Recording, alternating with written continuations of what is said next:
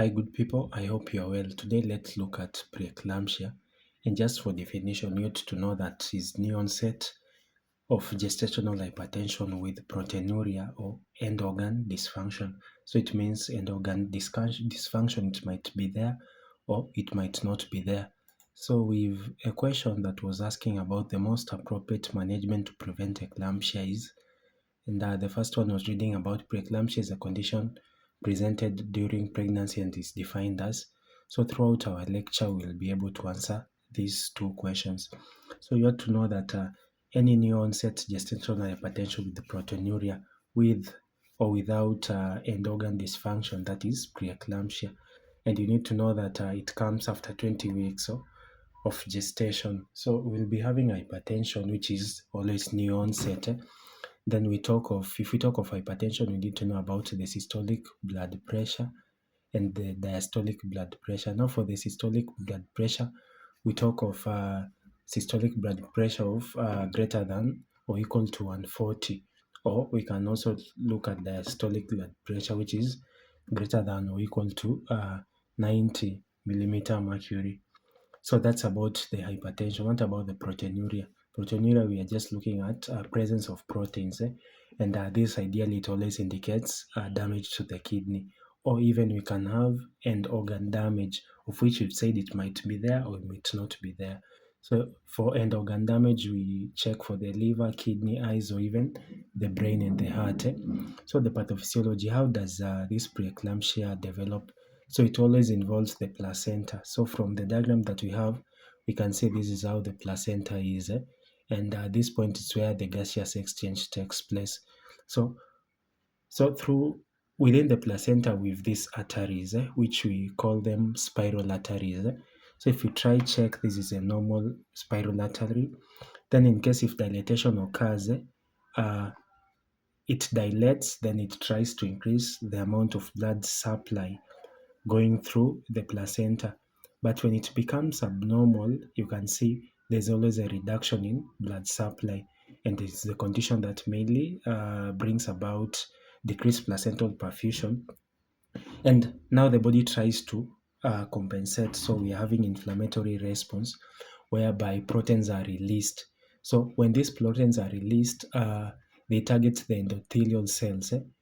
One, it increases the permeability, as we can see. Then two, it brings about narrowing. Now the narrowing will predispose one to hypertension. Then three, it also causes thrombus formation, which will predispose one to HELLP syndrome, of which we'll look at it later. Then the same damage to the endothelial cells will always bring also retention of sodium in the kidney. That's why we are having proteinuria. Then don't forget, because of the reducing placental perfusion, there's always also decreasing blood supply to the fetus. So the fetus is always at risk of intrauterine growth restriction, and also we can have fetal demise. So up to this point, we've covered the definition and also part of its pathophysiology, how it develops.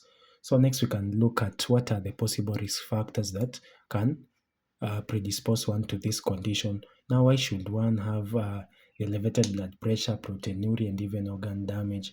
So the risk factors, it means these people that are always at risk of developing this. One, like the Primigravida or the multifetal gestation. When you talk about Primigravida, prime it means one. So it means this is the first pregnancy. You're always at risk of developing this preeclampsia. Two, we can talk of obesity. Obesity, we mainly check the BMI. If it's more than 30, you're always at risk of developing this preeclampsia. Then three, we talk of age. So age, we check if it's that advanced or early. So less than 18 and more than 30. Okay. Then we also check hypertension. There are those with a history of hypertension. So when it's also combined also with pregnancy, you're always at risk of developing preeclampsia. Next, we can talk of people with lupus. Lupus, we're talking of these are autoimmune diseases like systemic lupus erythematosus.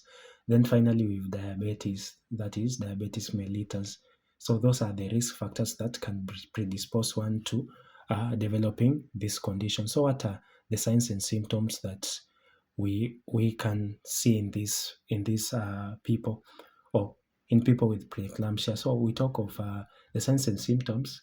We mainly check like for those that are around 34 weeks, 90% of them.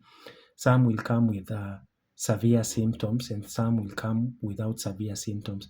So for asymptomatic, they always come with headaches. Then they will be complaining of right upper quadrant pain and also visual disturbances.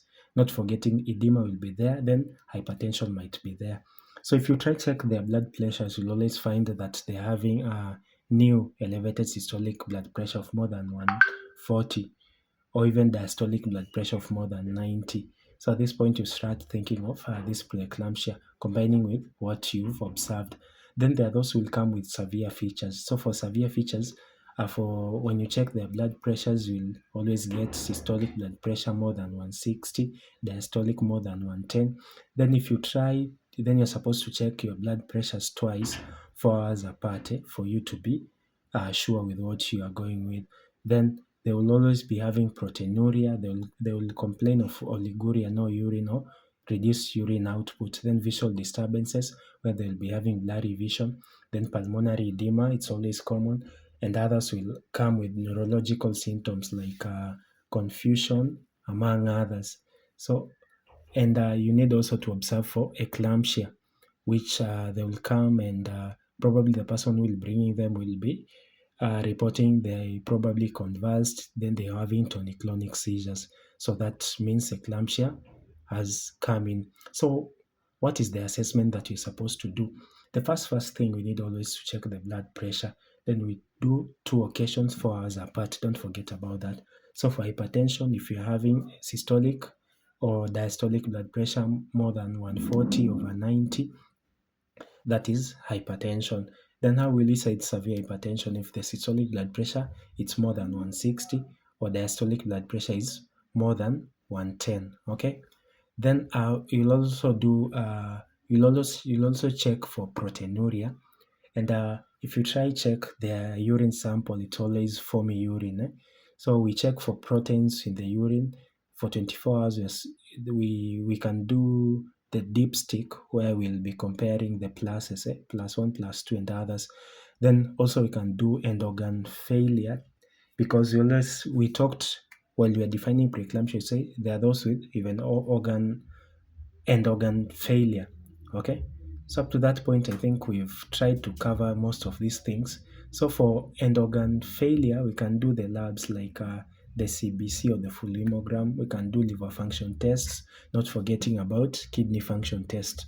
So as you will be handling these patients with preeclampsia, there is something we talked about, the HELLP syndrome. It comes because of formation of thrombus because the endothelial cell is always damaged.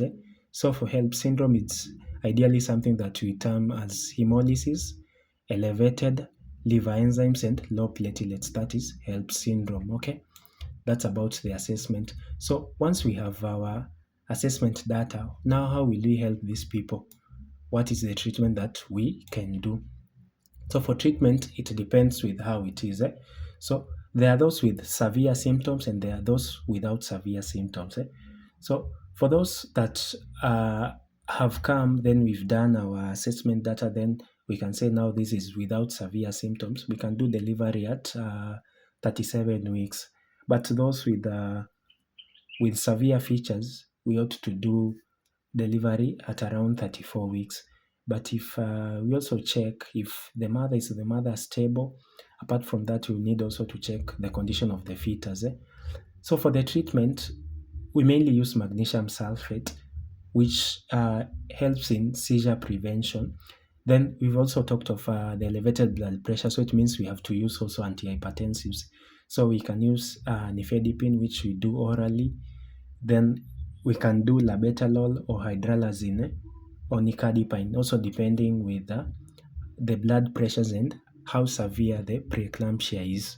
Okay, so in case our patient has already entered the eclampsia, and the eclampsia, we say they will always present with tonic-clonic seizures.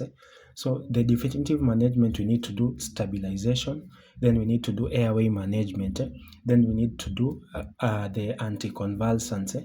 Then we also, the key thing that you're supposed to do, we need to deliver so as to make the mother to be stable and try to prevent the seizures from further developing, because they might even damage the brain. So because of all this, we ought to do also patient education. So what are the things that you can tell our clients? One, in case the client has elevated BPs, you're supposed to report. Then if in case the client has unrelieved headaches or migraines, you're supposed to report. Then abdominal pain, mainly in the right upper quadrant, you're supposed also to report. Then also the mother has to monitor how the fetus is. So for monitoring the fetus, we urge them always to count the kicks in every hours. So in case if it has reduced, you're supposed also to report. That was about the patient education. Then we ought to encourage them to have rest periods and also lying lateral position as a form of patient education. So with that, we've covered about preeclampsia. We've looked at its definition. We've looked at the pathophysiology. What are the risk factors? What are the signs and symptoms? What treatment can we do? And also we've done a bit of patient education. So back to our question, like the first one was reading preeclampsia, it's a condition defined. So we've said we're having new onset of gestational hypertension after 20 weeks of pregnancy with proteinuria or even organ dysfunction. So we'll go with option C. Then the next one was reading about the most appropriate management to prevent eclampsia. So we've talked about the issue of delivering. Okay. Then the last one reads about the main cause of developing HELLP syndrome. On the pathophysiology of preeclampsia is the presence of, is it edema? Is it thrombi formation? Is it retention of sodium or narrowing? So for HELP, we talked of formation of thrombi. So up to that point, we are done with a rapid and deep discussion of preeclampsia. So if you have any questions, you can just post it down. You can share with others and give us a subscription or even a like. Thank you for watching. Bye bye.